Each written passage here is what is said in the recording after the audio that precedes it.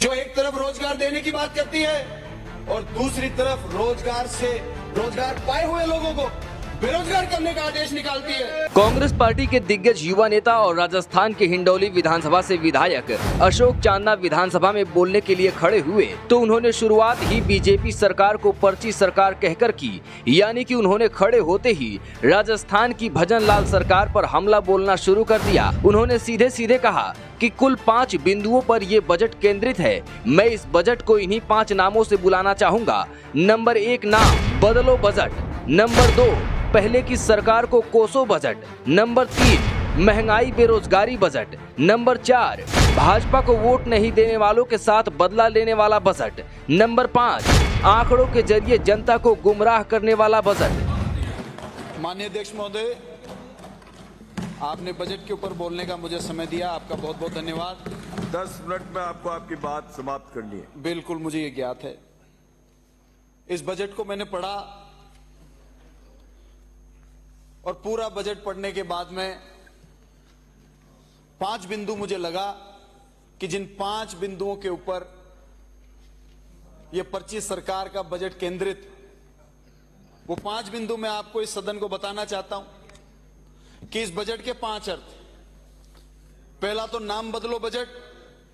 जो भी योजनाएं पूर्ववर्ती सरकार की थी उन योजनाओं को नए नाम के साथ में जनता के सामने पेश करने का यह बजट है। पूर्ववर्ती सरकार कोसो बजट। आप आगे क्या करने वाले हैं, आपका क्या विजन है, वो विजन भी मत बताओ, अपनी दिशा भी मत बताओ। पूर्ववर्ती सरकार को कोस कर ही अपना काम चलाओ, ऐसा बजट पूर्ववर्ती सरकार को कोसो बजट है। तीसरा, जो सरकार नहीं सहेगा राजस्थान कहकर इस राजस्थान के राज में आई, इस बजट से तो ये लगता है कि अब बेरोजगारी, महंगाई और अपराध सहेगा राजस्थान बजट हमारे बीच में आ चुका है। पक्षपात करने वाले इस बजट की, जो कि मैं बाद में आपको बिंदु बताऊंगा, भाजपा को वोट नहीं देने वालों के साथ बदला लेने वाला यह बजट माननीय मुख्यमंत्री और माननीय उप मुख्यमंत्री महोदय ने पेश किया है।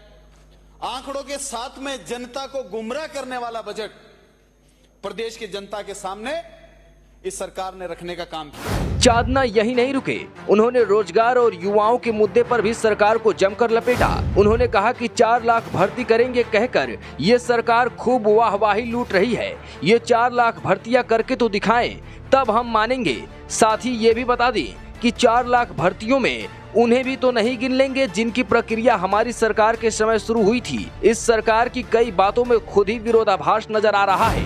बहुत वाहवाही लूटी गई कि हम लोग 4 लाख सरकारी नौकरियां निकालेंगे, लेकिन उसमें यह तो बताइए कि पूर्ववर्ती सरकार ने जो नौकरियों की प्रक्रिया पूरी कर ली, क्या वो 4 लाख में इंक्लूडेड है? क्या पूर्ववर्ती सरकार ने 1.5 साल, 2 साल, 2.5 साल, 3 साल काम करके नौकरियां पकाकर ज्वाइनिंग बाकी रह गई, परीक्षाएं हो चुकी हैं, प्रक्रिया पूरी हो चुकी है, क्या उनको इस 4 लाख के अंदर लाया जाएगा? और मैं तो दावा कह रहा हूं, आज ये प्रथम सत्र है बजट का, अगर 4 लाख नौकरियां देंगे तो मान जाएंगे इनको। वो समय भी हमारे सामने बहुत दूर नहीं है। माननीय अध्यक्ष महोदय, बात में अपनी ही बात में विरोधाभास है। एक तरफ तो कह रहे नौकरियां दे रहे, दूसरी तरफ बिंदु 51 में सरकारी एवं निजी क्षेत्रों में स्किल अपग्रेड के साथ 10 लाख से अधिक रोजगार के अवसर उपलब्ध कराएंगे। रोजगार दोगे कि अवसर उपलब्ध कराओगे? अवसर तो उपलब्ध है, राजस्थान में हजारों इंडस्ट्रीज है, अवसर तो है, लेकिन रोजगार दिलाने में सरकार की क्या योजना है, सरकार का क्या रोल रहेगा, यह पेश करें।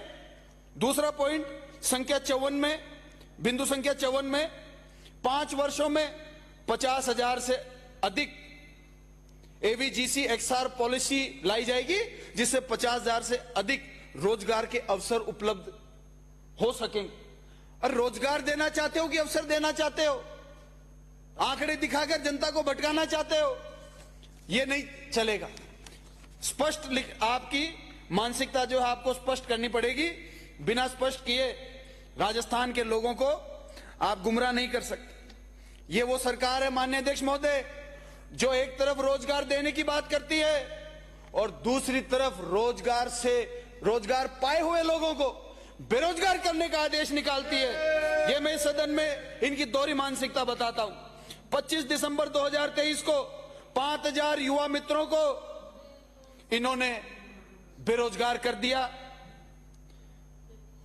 महात्मा गांधी सेवा प्रेरक की भर्ती जो संपूर्ण हो चुकी थी, लोग हमारे प्रदेश के युवा और युवतियां ज्वाइनिंग करने वाले थे, उस भर्ती को इन्होंने निरस्त कर दिया।